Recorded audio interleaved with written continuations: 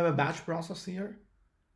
We are making several batches in a day. Some of the batches, they're taking a lot of time to cook, and some batches, they're low quality batches. So our goal here is to optimize this process. So first I'm gonna find out all the batches we cooked in last few months. For that, I'm gonna go to the search menu and I'm gonna run value-based search. Batch active equals active for at least 10 minutes. And it tells me that in last 4 months or 5 months, I ran around 2,197 batches. Now I will find the good batches, and from my process knowledge, I know if any batches concentration is above 47, that's a good batch. So I'm gonna quickly calculate the maximum concentration of all batches here by adding a calculation here. We can add different type of calculations like average, minimum, maximum, range and all. In this case, I'm gonna use maximum value, and this is my max concentration, and unit of measurement is weight percentage. And as I hit calculate, TrendMiner calculates the concentration of all these batches. And as I drill down, I can see the maximum concentration calculated on all the batches. I can sort these results by calculation.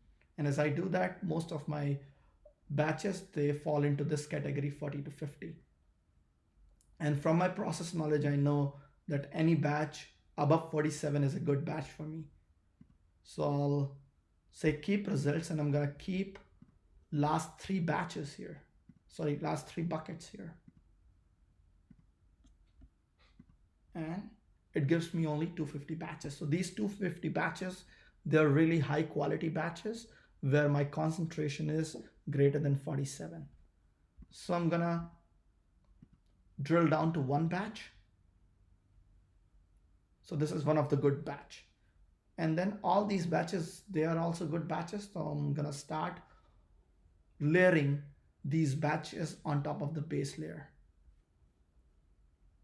Let's add few more batches.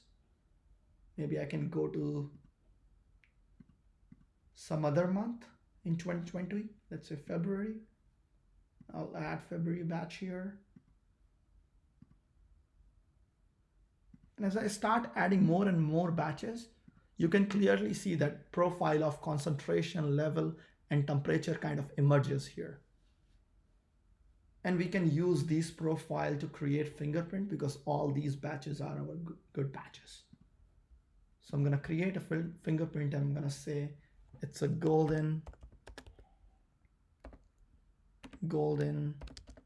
batch.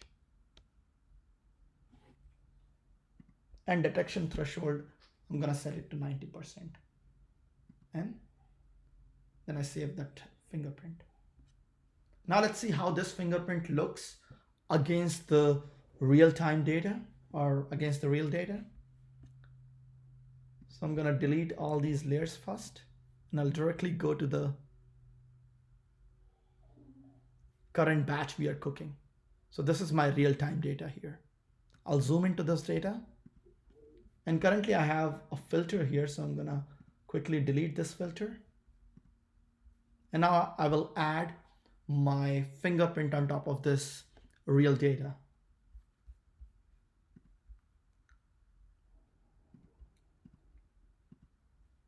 And as I add fingerprint, you can clearly see that my level is performing pretty good. Temperature deviated a little bit, and then concentration is on the spot. So in this batch, we are in good shape. But suppose this real-time data is deviating from the fingerprint, then TrendMiner is gonna send us an alert, or you can add operator in that email trail. An operator will get an alert, and then he can take action to put it back in the fingerprint. To create monitors, I can come here and I can enable this alert here, the golden batch, and then I'll select the detect deviation, and then I can provide my name, subject, message, and if I want to create a context item or I want to contextualize the deviation, then I can do that by enabling this and selecting a tag here. So this is how we can optimize a batch process. So we can create a golden fingerprint and we can use that fingerprint to track our batches. I hope you like the video. Thank you.